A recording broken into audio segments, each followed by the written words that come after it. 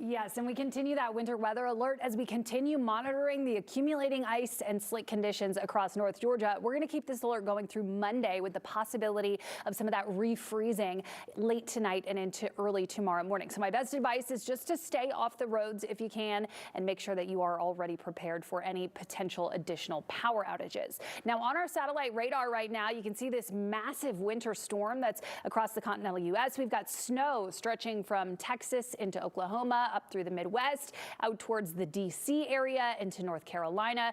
As you go down towards the south into our neck of the woods, it transitions into a wintry mix of sleet, freezing rain, as well as just rainfall. We've got winter storm warnings, winter weather advisories, and for our neck of the woods, ice storm warnings in effect through Monday morning. So in these locations under the ice storm warning, this is where we're still anticipating the most impactful, the highest ice accumulations, with really kind of pinpointing the northeastern portions of the state for potential ice accumulation of up to perhaps a quarter to even a half inch. Even 1/10 of an inch is enough to create a light glaze on roads and sidewalks, and a lot of locations up towards the north and northeast of the metro are already seeing at least 1/10 of an inch, if not a quarter of an inch. By a quarter of an inch of accumulation, more tree limbs begin to sag and break. You start seeing more power outages, and then by a half inch of accumulation, that's when travel becomes nearly impossible, very dangerous on roads, and widespread power outages are expected. Now, right now, our conditions kind of vary depending on where you are. In a lot of spots, it's just a cold rainfall,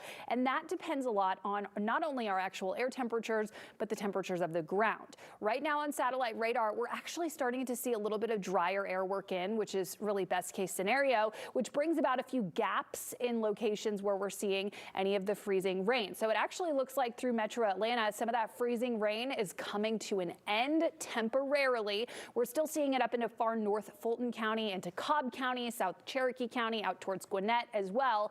And then the further you go up towards the northeast, where temperatures are a little bit colder, that's where we have that transition from just freezing rain to kind of a mix of freezing rain, sleet, and even some snow, with snow showing up on our satellite radar off towards some of our far eastern areas, out towards Toccoa, closer to that South Carolina border. Meanwhile, into northwest Georgia, rain, and at times through Floyd and Chattooga counties, we're showing up some heavy rainfall on the radar. Now, it all has to do with temperatures. Really interesting setup right now. We've got an area of low pressure up towards the north, a cold front sweeping through Alabama, and then the wedge set up. So that's pushing all the cold air our way. So all the cold air that gets trapped along the Appalachian Mountains, it's been pushing southward. So temperatures through the metro have actually been dropping through the last few hours as that wedge kind of takes hold and the colder air goes down towards the southwest. It's essentially kind of a battle between our wedge and that cold front coming in, because that will actually bring in some milder air,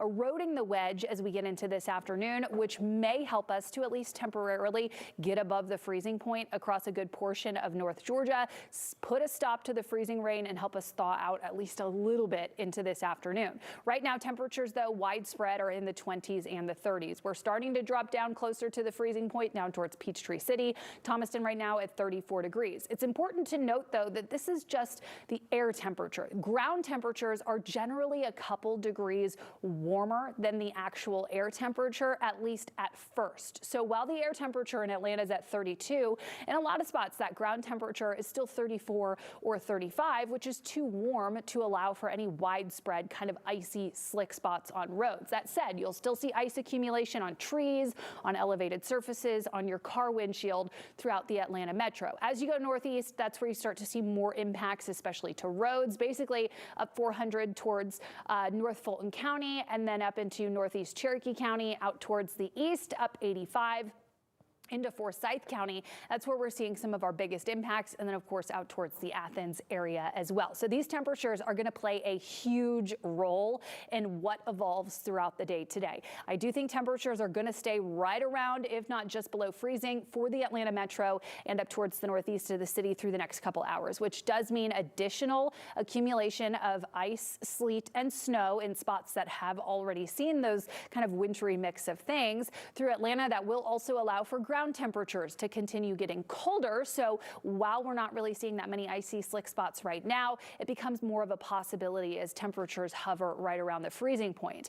As we get closer to this afternoon, though, some of that warmer air starts to work its way in as these heavier areas of rainfall arrive from the west. This is going to bring about a possibility for some isolated thunderstorms into this afternoon. This is 2 o'clock on our forecast track. Notice still some spots in northeast of the city, not yet down below or not yet up above freezing. So that still means this whole time period, we're talking additional accumulating ice even into this afternoon. Temperatures overnight tonight are going to get cold in a hurry. So even once all this rain, all the wintry mix moves out later tonight and into early tomorrow morning, we're still going to be dealing with some very cold temperatures. Overnight tonight, we'll get down into the 20s and the teens. That means any water left out on the ground, out on the roads, will likely refreeze, creating areas of black ice in locations that maybe stayed ice-free even throughout the day today. The real cold settles in by Tuesday morning, where temperatures fall down into the teens as well as the single digits. On top of that, we've got a little bit of a breeze today, so that will put additional stress on trees and power lines that are already weighed down by ice. And those locations that do lose power will have to deal with bitter cold temperatures tonight as well as tomorrow.